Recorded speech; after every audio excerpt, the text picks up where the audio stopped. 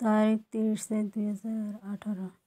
বেশিরভাগ ক্ষেত্রে স্বামী স্ত্রীর সম্পর্কে ফাটল ধরে বা বিবাহ বিচ্ছেদ হয়ে যায় যখন আপনি বিবাহিত, কিন্তু তারপরও আপনাদের সন্তান হচ্ছে না। বছর পর বছর আপনারা সন্তান কামনা করছেন, কিন্তু আপনাদের সন্তান হচ্ছে না। আপনার স্ত্রী নিঃসন্তান বা বন্ধ্যা। সেই ক্ষেত্রে একটা সময় পরে স্বামী স্ত্রীর মধ্যে বিবাহ বিচ্ছেদ হয়ে যেতে পারে। যে স্ত্রীর কোনো সন্তান হয় না, তার 2 পয়সার কোনো মূল্য নেই স্বামীর কাছে। ওই স্ত্রীর প্রতি তার স্বামীর ভালোবাসা হারিয়ে যাবার আশঙ্কা দেখা দেয়। নিঃসন্তান হওয়ার কারণে ওই স্বামী আর স্ত্রীর সাথে বিবাহ বিচ্ছেদ ঘটিয়ে পুনরায় অন্য নারীকে বিবাহ করে। তারিখ 2/5/2018।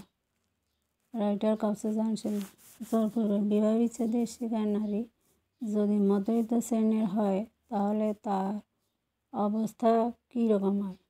সে যদি স্বামীর বাড়ি থেকে ফেরত চলে আসে, তার যদি 1টি কিংবা 2টি সন্তান হয়, তাহলে তাকে নিয়ে প্রতিনিয়ত বাপের সংসারে ঝগড়া হয়। প্রতি সপ্তাহে অন্তত কয়েকবার ঝগড়াঝাটি হয়।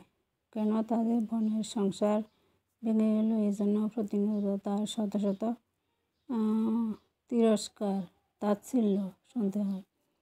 এই সমস্ত বর্জনা শুনে জোরপূর্বক বিবাহ বিচ্ছেদের শিকার নারী ভাত খাইতে পারে না।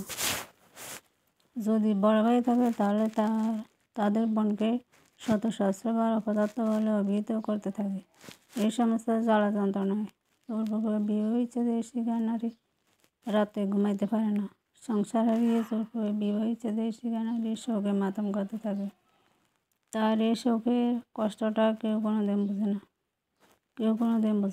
জোরপূর্বক বিবাহ বিচ্ছেদের শিকার নারীর ভাই বোনেরা প্রতিনিয়ত তাদের মাতাকে তাদের বোনের সংসার ভাঙার জন্য দায়ী করে। সব দোষ তাদের মায়ের ঘাড়ে চাপে। এই জন্য ভাই বোনদের সাথে মায়ের প্রায় সময় ঝগড়া হয়। জোরপূর্বক বিবাহ বিচ্ছেদের শিকার নারীর ভাইয়েরা তাদের মাতাকে তাদের বোনের সংসার হারানোর জন্য নিত্যদিন বিভিন্ন রকম লাঞ্ছনা, গঞ্জনা, ভর্ৎসনা করতে থাকে।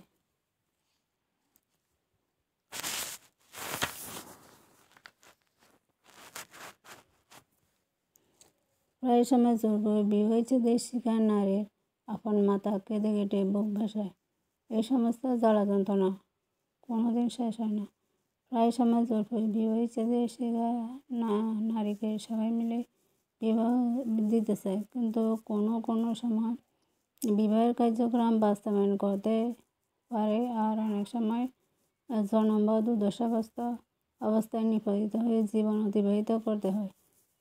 সে জীবনে কোনো মূল্য নেই। বাংলাদেশের প্রেক্ষাপটে আয় নারী। তারিখ 5/5/2018। রাইটার কাউসার জানছেন, জোরপূর্বক বিবাহ বিচ্ছেদের শিকার নারীর মাতা ভোরে ফজরের নামাজের সময় জায়নামাজে দাঁড়িয়ে শোকে করপল্লা করতে থাকে, অর্থাৎ বিলাপ করতে থাকে। তার প্রাক্তন মেয়ের জামাইকে অস্ত্র ভাষায় গালিগালাজ করেও এই বয়স্ক নারীর গৃহপালিত শোক হ্রাস পায় না। জোরপূর্বক বিবাহ বিচ্ছেদের শিকার নারীর মাতা তার প্রাক্তন মেয়ের জামাইকে ছেলে, বেশ্যা ছেলে, মাগের পুত বলে অভিহিত করে। তার গায়ের জ্বালা যন্ত্রণা, অভিশাপের বোঝা, বদনামের বোঝা, অপমানের যন্ত্রণা কমাতে চায়, কিন্তু পারে না। জোরপূর্বক বিবাহ বিচ্ছেদের শিকার নারীর মাথায় একটাই প্রশ্ন, তার কন্যার প্রতি এমন অবিচার কেন করা হলো? দেশে কি বিচার আচার নাই? এইভাবে 7 বছর 10 বছর ধরে সংসার ধর্ম পালন করে তার কন্যাকে কেন তার স্বামীর বাড়ি থেকে বের করে দেওয়া হলো?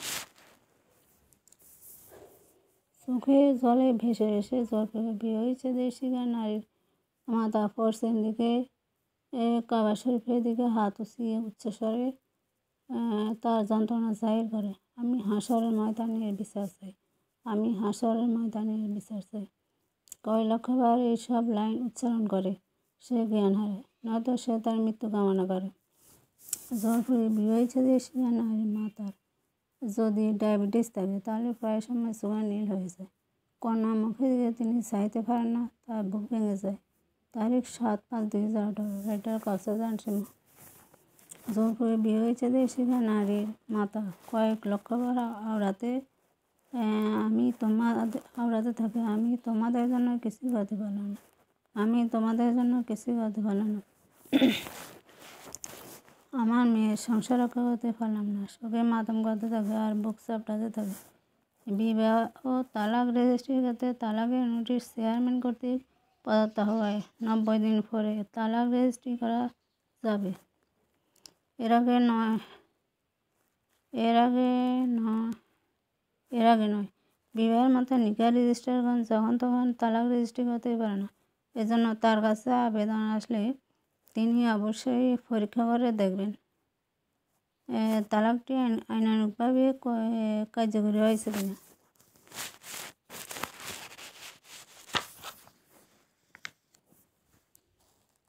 অর্থাৎ মুসলিম পারিবারিক আইনের 7 ধারার বিধান মতে তালাক কার্যকরী হলে তিনি তা রেজিস্ট্রি করবেন। তালাক-ই তফইজ এর ক্ষেত্রে কাবিননামার সত্যায়িত কপি ছাড়া তা রেজিস্ট্রি করা যাবে না।